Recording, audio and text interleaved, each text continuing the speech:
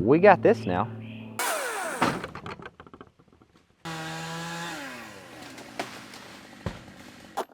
Oh no. This is a massive JLG 860 lift that we rented from Dirt Perfect. It's got 86 foot of reach according to the spec chart. We've got some dead trees back there that will definitely reach the power line you can't see on the other side of this. It can definitely reach the raised beds, which is honestly slightly more terrifying than the power lines. This big old poplar right here. Normally I wouldn't be against cutting this thing, steering it, and putting it exactly or close to where I need it. But as you can see, we don't have a lot going on the inside there. Not a lot of holding wood. We also have this cherry that we're going to cut the dead top out of, and we're going to get rid of this fella right here on that poplar. I'm definitely not a professional. I definitely don't know exactly what I'm doing, but I got a lift, I got some saws, and I got some time. And luckily for you guys, I've got a camera. It's going to be a good ride.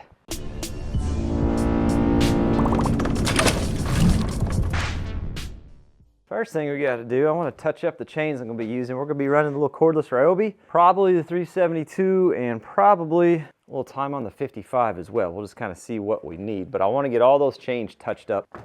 I normally just run a file across everything and it gets me through the day, but it's been a hot minute since I've put it on the little Harbor Freight benchtop sharpener. It's just going to get me a little bit of my angle back the way I need it. But every now and then, it doesn't hurt a fella to spend a little bit of extra time on it. We're going to be up in the lift, so I don't want to really be fighting anything.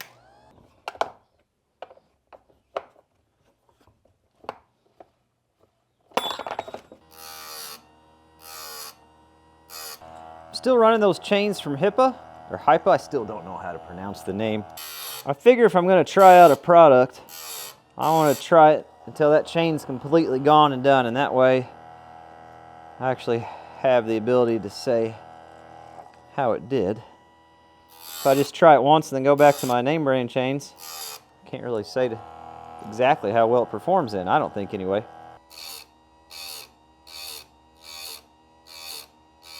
I do have, I've got some brand new Husqvarna chains sitting here.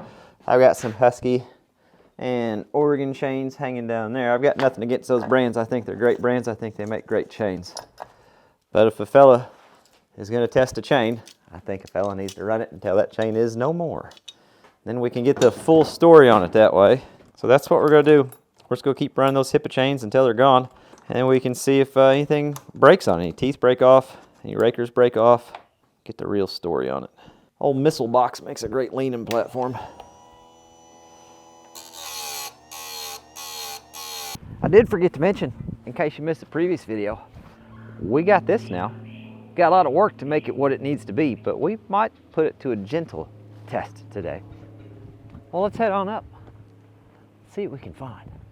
And since it's tree work, and I don't want any wayward limbs turning me into a catapult, I'm gonna put my harness on. Need to make sure we can get her in a happy position first. She's pretty temperamental.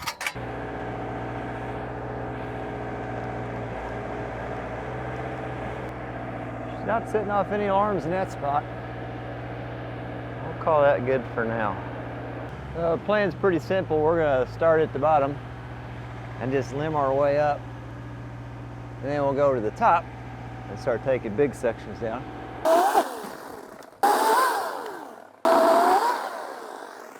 It's nice when the limbs don't hit the basket. That's the goal.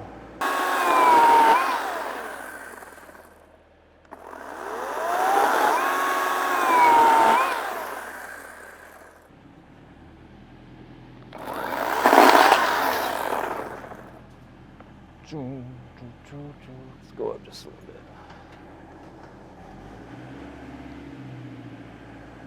It's kind of why they're called tulip poplar trees. That's what their buds look like. It's actually a very nice tree. Oh, I don't have... She starts barking, we just turn her off.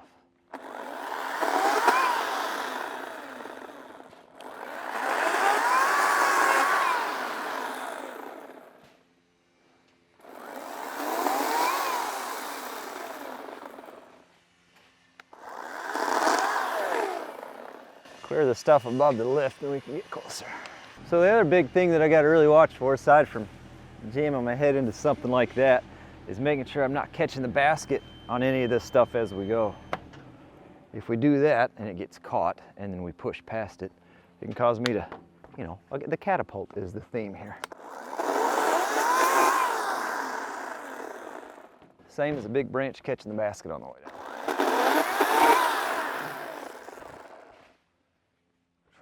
Let's do a little one here.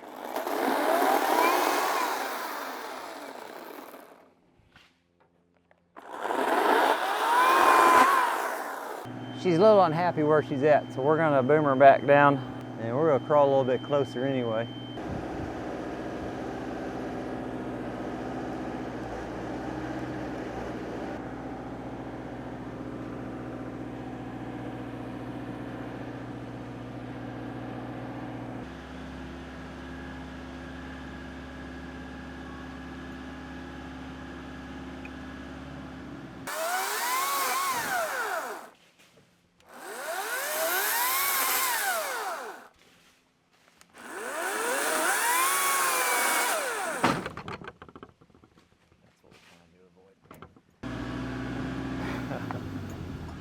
Heck of a view though, I'll tell you that.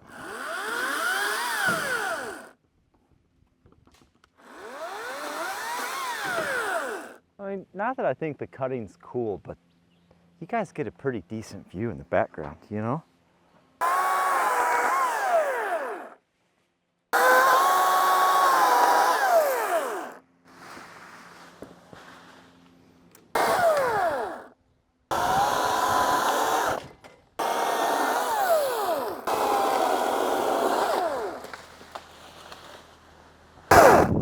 Nope, wrong way.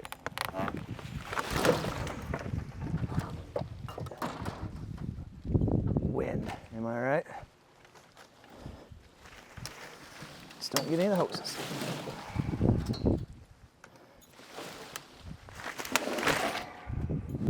So the top is out. That is now our highest point. We're pretty much just down to the trunk. I think I'm gonna go grab the 372. Then we can just start working our way down.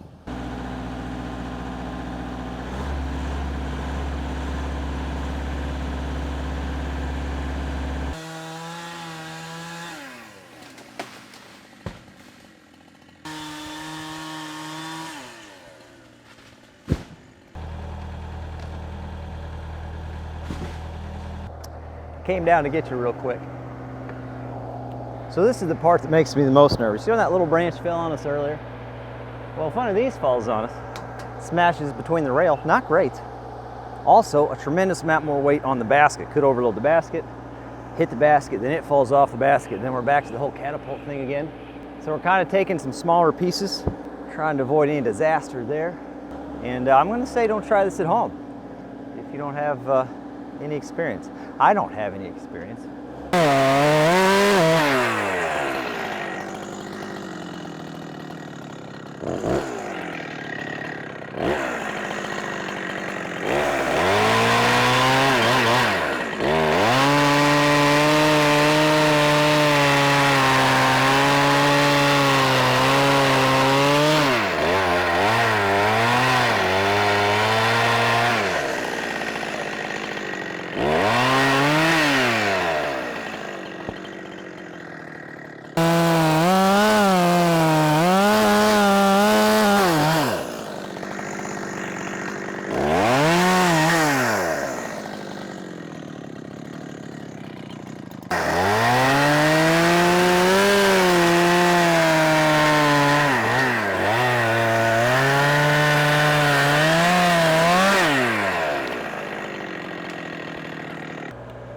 Go ahead and get this lift moved out of the way, and we'll do us a little backhoe work maybe. I think the rest of that we can just drop from the ground.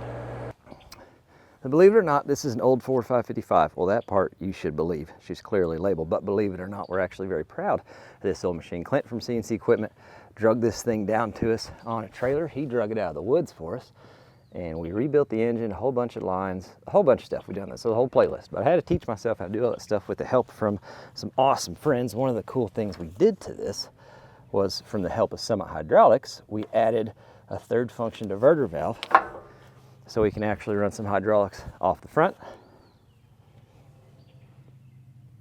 Hopefully you can see it tucked in down there along the frame.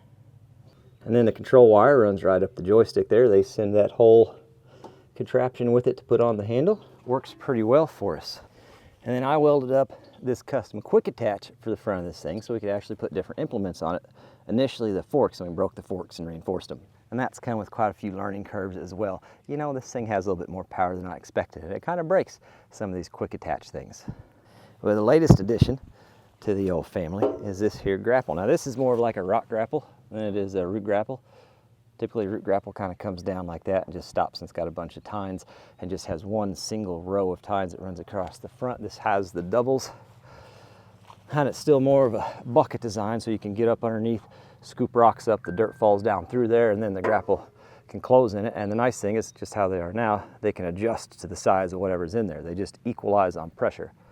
So I had a subscriber reach out, said his neighbor had this, thought it was too light duty, and I have to assume that his neighbor came to that conclusion by the amount of new welds that there are on everything, assuming he broke it a few times.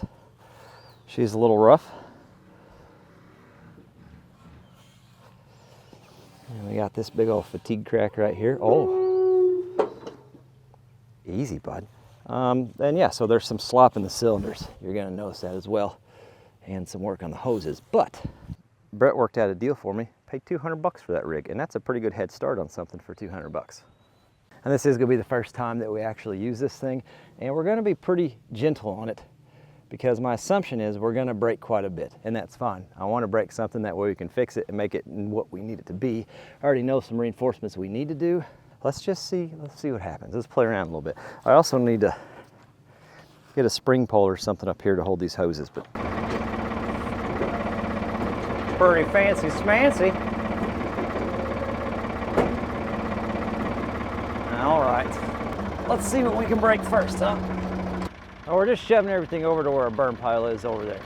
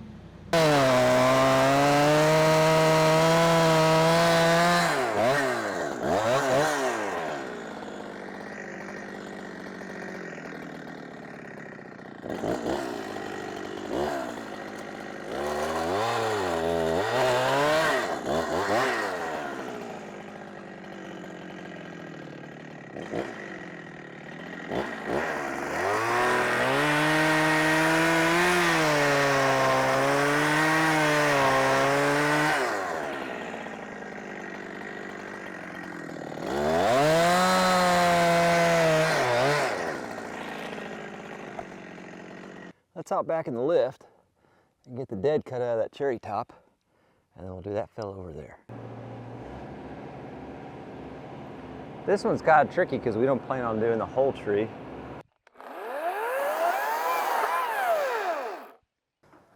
Here you can see we're pretty dead in this section. My guess is just root disturbance from clearing all around this stuff, because this was all woods before we cleared that a little bit. I'm hoping if we get rid of the dead top, maybe the bottom, because it looks relatively decent, will save itself. Do trees do that? Is that a thing?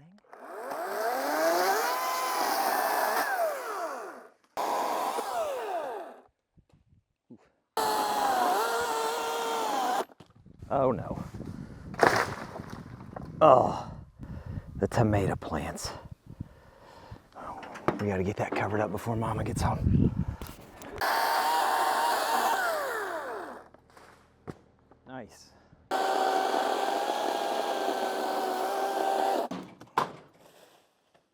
The double hit. Nice.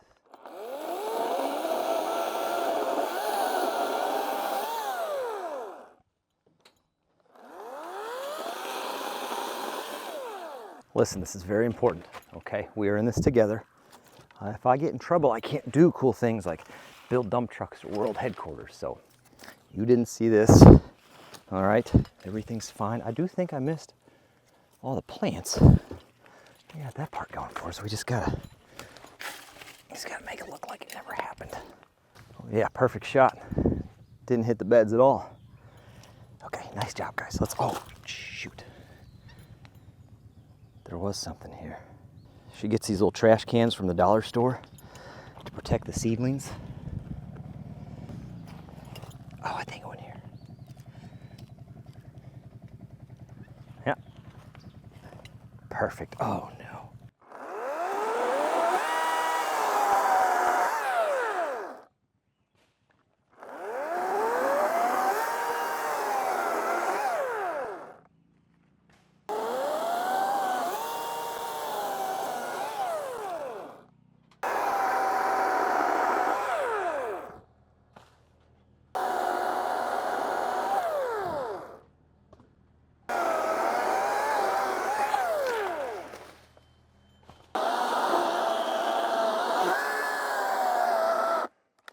No, no.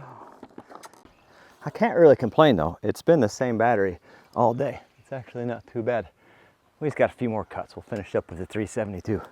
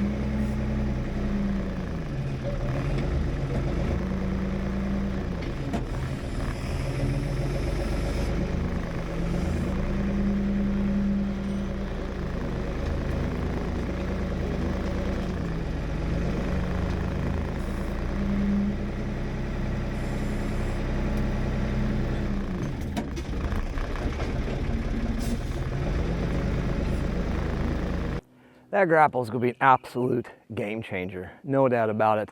I'm pretty excited about it. I can tell you on one of the upcoming videos, just depends on whether we'll start doing the fabrication work on that thing and getting it built the way that I want it to be built, or how it's going to work best on that backhoe configuration. Now don't get me wrong, it is good at moving the big stuff in the big piles, but we still have quite a bit of the smaller stuff to pick up. I'll just throw it in the back of the side-by-side and dump it over there, but it definitely motivates me to either try to find one for the 755 whenever we get done fixing the 755, because a smaller grapple will be perfect on the smaller stuff, or maybe build one for the 755. But it is a fantastic tool, and I'm pretty excited about it. Last little step I need to do for those trees, I was told that I need to seal those to help protect them from rot and disease until they can heal over themselves. I was told to use a wax sealer. Now, I don't know. Never gonna find that again. I don't know if this is the right stuff or not. I think this is more for when you're milling timber or cutting logs to put on your mill. You put it on there so it dries a little bit slower. It's just anchor seal. It is a hybrid wax in polymer. So I don't know if the polymer is a bad move or not, but it's what I'm going with. If you would like to know, I bet someone in the comments actually knows what this stuff is and what the right thing to do is. You could probably find out there. You could probably do a quick Google. You could probably do all kinds of things. But what this guy's doing is just going with this stuff and a big old fat 3-inch brush. Gonna use the proper technique here. I'm sure that's fine. We're just gonna really get her on there heavy.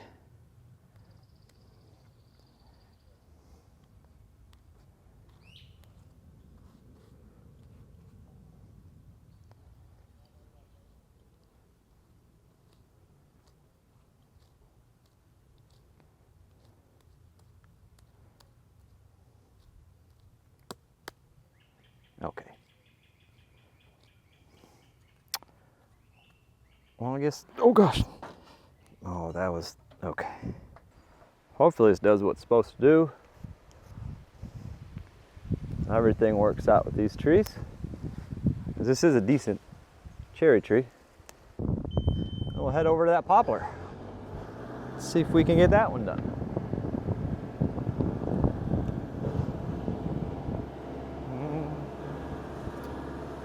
If we can reach from here, if we're gonna have to move.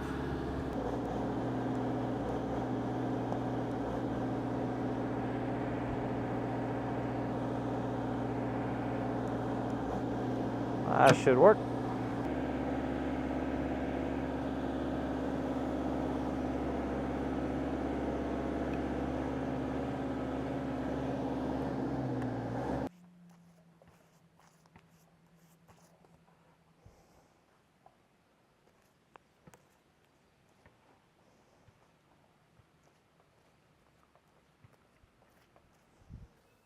So all the dead is cut out of that cherry, and the ends are all wax covered. That rotten poplar that was on its way out is gone, and that poplar's all trimmed up. Next is operation get this thing down behind the YouTube yacht where I need it for the rest of the work. We're off to a not so great start. We just about got stuck on the wet grass. But this is where we're going, and man, it looks like it's dried up a lot from the beginning part of the day. See, there's this not so great thing there, kind of steep there, and that wet spot is a big old stump hole. So we got to get this perfect.